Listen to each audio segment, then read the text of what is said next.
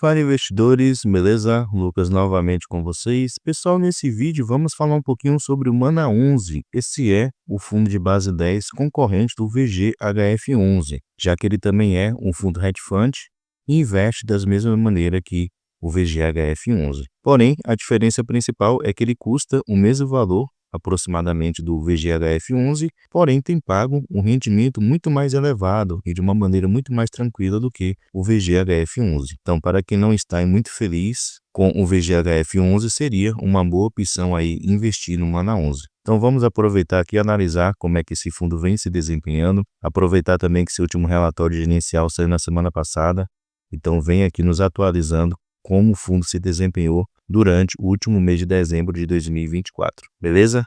Então, sem mais enrolação, vamos lá. Atualmente, o Mana 11 está custando aqui R$ 7,45. Lembrando que o VGHF11 também está custando ali na faixa dos R$ 7,00. Seu dividend yield está de 16,50% aproximadamente, então uma alta rentabilidade. Seu P sobre VP está de 0,83, então está sendo negociado com deságio abaixo do seu valor patrimonial, e o fundo tem uma liquidez média diária de aproximadamente 1,5 milhão. Se descermos aqui embaixo, a gente pode ver o seguinte: o fundo conta com um pouco mais de 16 mil cotistas, então ainda é um fundo pequeno, se comparados com o VGHF11. Seu preço justo seria os R$ 9,10 e seu último rendimento foi de 11 centavos por cada cota. Além disso, ele tem um patrimônio atual de 341 milhões de reais. E se descermos mais um pouquinho aqui, pessoal, podemos conferir o seu histórico de rendimentos pagos. Diferente do VGHF11, que durante algum período teve uma oscilação maior com respeito aos seus rendimentos, o Mana 11 ele é muito mais estável, seus rendimentos são muito mais previsíveis.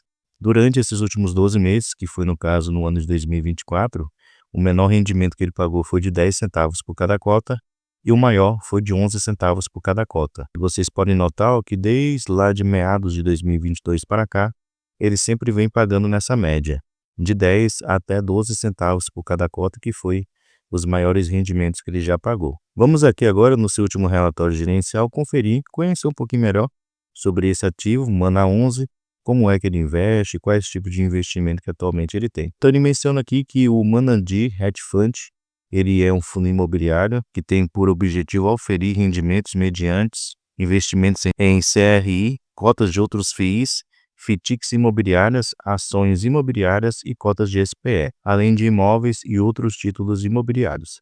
Então, como eu mencionei, é um fundo parecido aí bastante com o VGHF11. Aqui, pessoal, podemos ver o seu demonstrativo financeiro referente ao mês de dezembro de 2024. Antes de mencionar isso daqui, eu achei interessante que a gestão ela mencionou o seguinte, que vale ressaltar que atualmente não há nenhuma operação de alavancagem na carteira do Mana 11. Então, diferente de outros fundos imobiliários, que às vezes realiza uma alavancagem com o objetivo de conseguir aí ter uma rentabilidade maior, o Mana 11 no momento não está fazendo nada disso.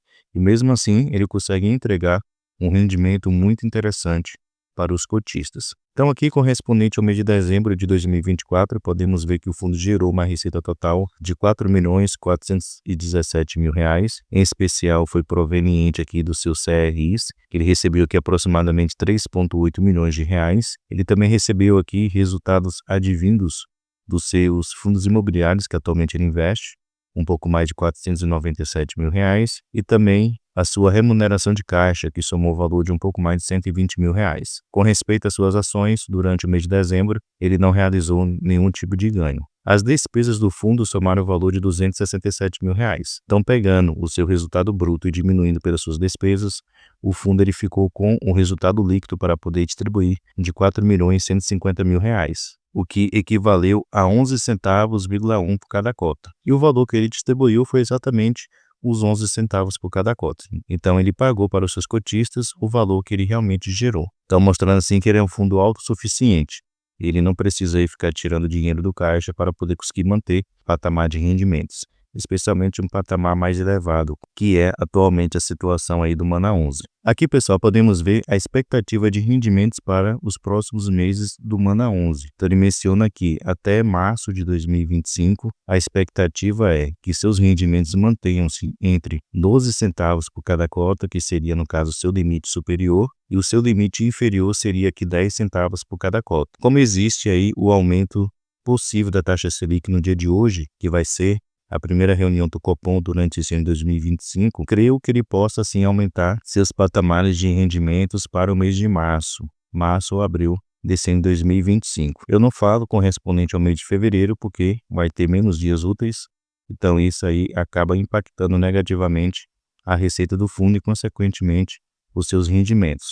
Porém, de março em diante, creio que o fundo vai conseguir sim aumentar seus rendimentos, até porque a expectativa é que nas próximas 2 reuniões do Copom, a Selic ela aumente 1%. Então isso aí vai ser benéfico para o Mana 11, que tem uma exposição boa ao índice CDI. Aqui a gente pode notar, com respeito à evolução do número de cotistas do Mana 11, então é um fundo que começou lá em maio de 2022, veio aumentando muito bem, especialmente aqui durante o mês de julho para agosto de 2024, houve um aumento muito mais significativo com respeito à sua base de cotista, então mostrando assim que cada vez mais pessoas têm mostrado interesse aí em investir no Mana 11. E com respeito a seu volume de negociação também aumentou no decorrer do tempo, especialmente aqui no ano de 2024 em diante, né? Vem aumentando cada vez mais. O fundo tem conseguido aí uma boa liquidez média diária. Com respeito a seus investimentos, como é que o Mana 11 atualmente ele investe? Então aqui ele menciona o seguinte, que 75,7% do seu patrimônio está investido em CRIs, ele tem 14,1% investido em cotas de outros fundos imobiliários e 1,4% em ações. E o restante, que corresponde aqui a 10,9%, está disponível em caixa para futuros investimentos. Caixa esse que continua aí gerando receita, né? Que geralmente ele deixa aí em ativos da renda fixa com liquidez diária. Se descermos mais um pouquinho aqui, ele traz mais algumas informações com respeito às suas operações CRIs, que atualmente é seu principal investimento. Então um ponto que eu acho aqui muito interessante é que ele faz um bom uso tanto do índice CDI como do índice IPCA. Então, diferente de outros fundos imobiliários que têm geralmente uma exposição maior ao CDI ou se não ao índice IPCA, ele é bem balanceado. Então, praticamente aqui 50% dos seus CRIs estão indexados ao índice CDI, com uma taxa média aqui de 4,3%, que é uma boa taxa, e 50% está aqui investido também, indexado no caso ao índice IPCA com uma taxa média de 9,3%. Então podemos ver que ele faz, como eu mencionei, bom uso dos dois indexadores. E ele não tem taxas tão elevadas assim, então ele não é um ativo muito arriscado.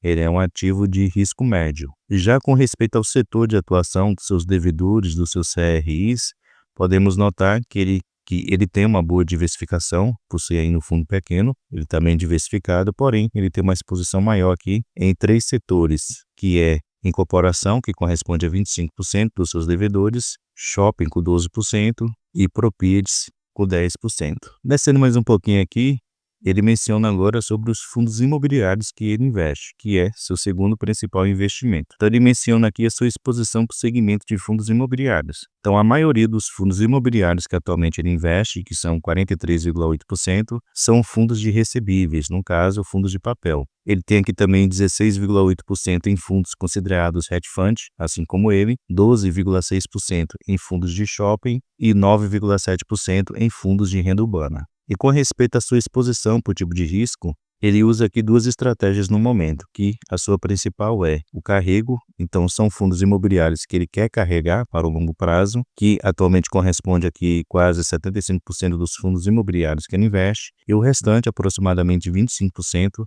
são fundos imobiliários que ele está investindo para realizar ganho de capital. Então é dessa maneira que atualmente o Mana 11 ele investe com respeito aos seus fundos imobiliários. E se descermos um pouquinho aqui, a gente pode ter a lista de todos os CRIs que atualmente ele tem. Como a gente pode notar, ele investe aqui em CRIs 258 milhões de reais, o que corresponde a um pouco mais de 75% do seu patrimônio atual. E também podemos notar que ele não é um fundo concentrado, ele só tem uma exposição maior, que é nesse primeiro devedor aqui, que ele tem uma exposição de 7% do seu PL atual, porém, tirando esse daqui, o restante é de 5% para baixo. Então, apesar de ainda ser um fundo pequeno, um fundo recente, a gestão tem se preocupado em fazer uma diversificação para poder minimizar eventuais riscos das suas operações. Então, é uma gestão que realmente vem fazendo o trabalho muito interessante. Aqui também a gente pode ter noção de alguns fundos imobiliários que atualmente ele investe. Somente em FIIs ele investe aqui quase 48 milhões de reais. E aqui podemos notar que suas 3 principais posições em fundos imobiliários está justamente no VGHF11, que é o principal concorrente do Mana 11, no GARI11, que vocês conhecem muito bem, e no GCIT11, que é um fundo de shopping. Interessante que no VGHF11, sua estratégia usada é carrego, então é um fundo que ele quer carregar para o longo prazo. Já no GARI11 e no GCIT11, ele quer realizar ganho de capital. Então são dois fundos que futuramente, quando se valorizarem, o MANA11 ele venderá. Além desses daqui que eu mencionei, ele tem mais 23 outros fundos imobiliários que atualmente ele investe, porém aqui ele não menciona quais são. Lá no site Status Invest, se você entrar, você consegue ter essas informações. E aqui também podemos notar as ações que são negociadas na Bolsa de Valores que atualmente ele investe. São essas daqui, essas 6 que eu estou mostrando para vocês, onde ele tem um pouco mais de 4,8 milhões de reais investidos. E aqui por último, vocês podem ter mais algumas informações sobre cada um dos CRIs atuais do MANA11. Então ele vai falar aqui o nome do CRI, quem é o devedor, ele trará mais algumas informações sobre essa operação, além das garantias que foram dadas por cada um dos devedores atuais do MANA11. Então, dessa maneira, você consegue conhecer um pouquinho aqui sobre cada um dos seus devedores atuais, beleza? Então, pelo menos, na minha visão, é um fundo interessante, um fundo que vem ganhando espaço cada vez mais, tem mostrado aí um trabalho interessante, principalmente a gestão tem sido muito comentada, que é a gestão Manandi, vem fazendo um trabalho realmente muito bom e que vem entregando um rendimento excelente para os seus cotistas, especialmente no preço atual. É um fundo imobiliário que não vem apresentando nenhum tipo de dor de cabeça